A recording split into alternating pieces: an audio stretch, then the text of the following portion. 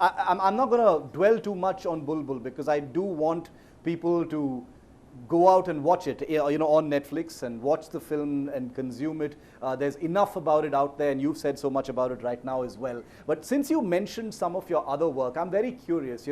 There's been Dil Dhadakne Do, there's been Pyar Ke Side Effects. But like you said, there have, in Rahul Bose's filmography, there's also a 15 Park Avenue, The Japanese Wife, as you mentioned. Tell us about your method, your approach. How does it change as you move between, independent and the commercial worlds of Hindi cinema? The change is only in pitch. Hmm. You have to, that's the director's job actually. Yeah. You have to attune yourself to the pitch at which the film is being played. If I played Jhankar Beats Rishi at the pitch that I play Indranil in Bulbul, Yeah. gone. I'll be lost. Yeah. He's like, what the hell were you doing in that film? Murmuring away, right?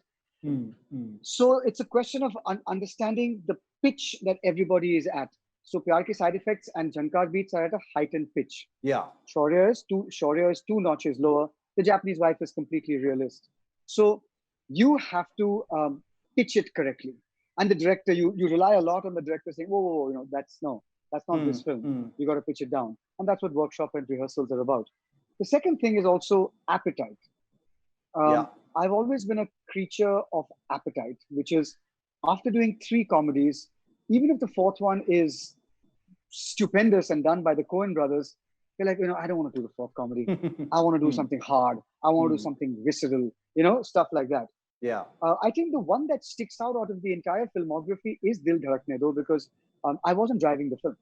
Right. I was nowhere near driving the film. There were 5 superstars in the film. So I wanted to work with Zoya, and it turned out to be extremely fulfilling. She's one of the best directors I've worked with.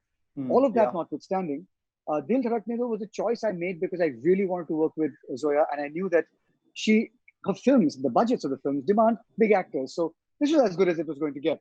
Yeah. But otherwise, generally, I asked myself, if my character wasn't in the movie, would the movie be the same?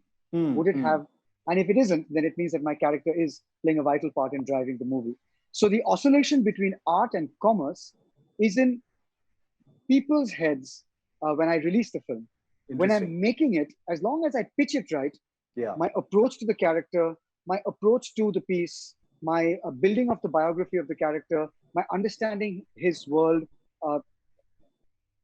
the relationships that are happening, all my work for Indranil and for Sid in Pyar Ke Side Effects is exactly the same. Right.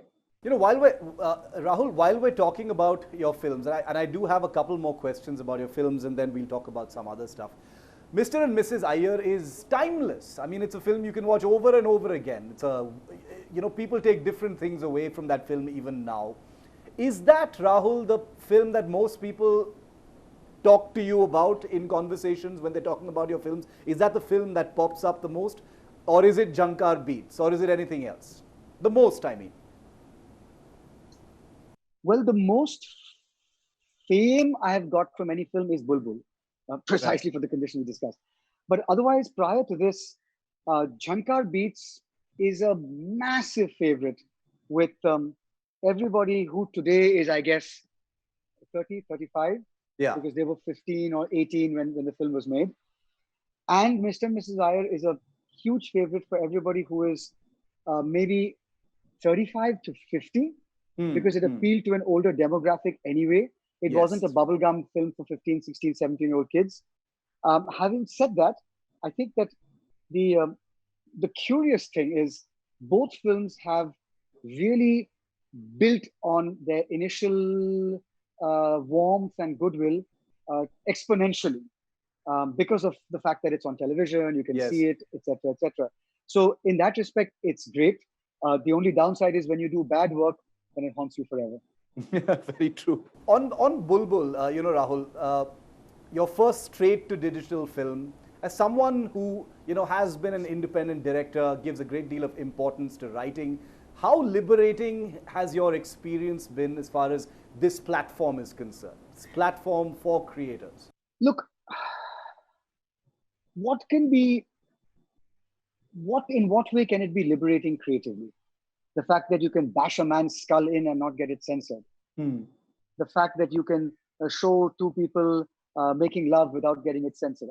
I'm Yeah. just postulating, right? Yes. But Yes. when I made a film called Everybody Says I'm Fine, and there is a lovemaking scene between Rehan Engineer and Koel, and in that lovemaking scene, there's zero nudity. It's just the Hmm. eyes.